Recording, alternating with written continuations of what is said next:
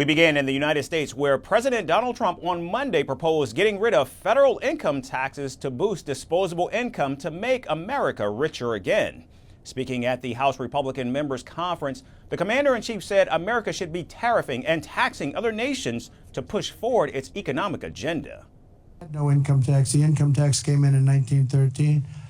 As I said in my speech last week, instead of taxing our citizens to enrich foreign nations, we should be tariffing and taxing foreign nations to enrich our citizens. Does that make sense, right?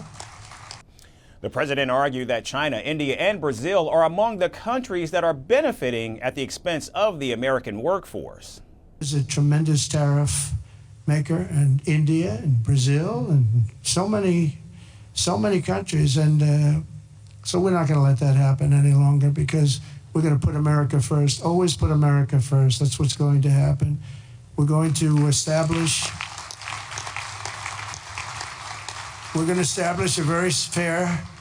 a very fair system where money is going to come into our coffers, and America is going to be very rich again, and it's going to happen very quickly.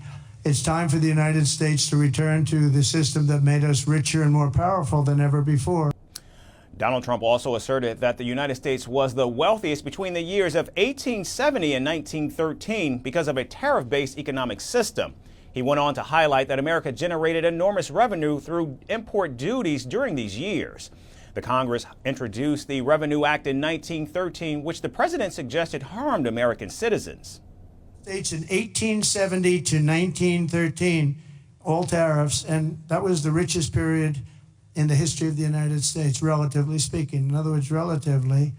And they set up the Great Tariff Commission of 1887, and this commission had one function: what to do with all the money that we took in. It was so enormous that they had no idea. It was a blue ribbon committee. It was set up 1887, and what to do with all of the money that we had. And again, Teddy Roosevelt was a beneficiary, because when McKinley was killed, he took over this vast sum of money, and he did all of those national parks and all of the other things. And I'm not knocking him, but he was given a vast amount of money. Now, Trump's remarks came days after he advocated for no tax on tips, a campaign promise he made while courting the tip-heavy hospitality industry. Speaking in Las Vegas, the commander-in-chief said he's working on a bill to cut taxes for service workers, their families, and small businesses. In the coming weeks, I'll be working with Congress to get a bill on my desk that cuts taxes for workers, families, small businesses, and very importantly, keeps my promise for a thing called, and I know you didn't hear anything about this, and I'm sure it had no influence on the state, the fact that we won this crazy, massive majority, a state that hadn't been won by a Republican in decades. But I'm sure you haven't heard, but we're going to get it for you. No tax on tips. No tax on tips.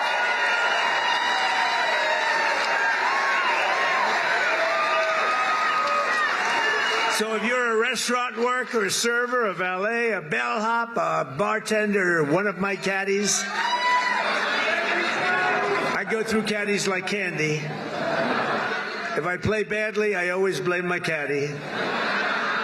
Or any other worker who relies on tipped income, your tips will be 100% yours. Won't that be? Now, while Donald Trump continues to push for a massive income tax overhaul, analysts say his plans for import tariffs and tax cuts could lead to new inflationary pressures and rising interest rates. Donald Trump's proposal could also face opposition in Congress, which might raise concerns of execution challenges and increased deficits. We're calling the show Vantage. We hope you like what we put together for you. Touted as the minimum defense from that video.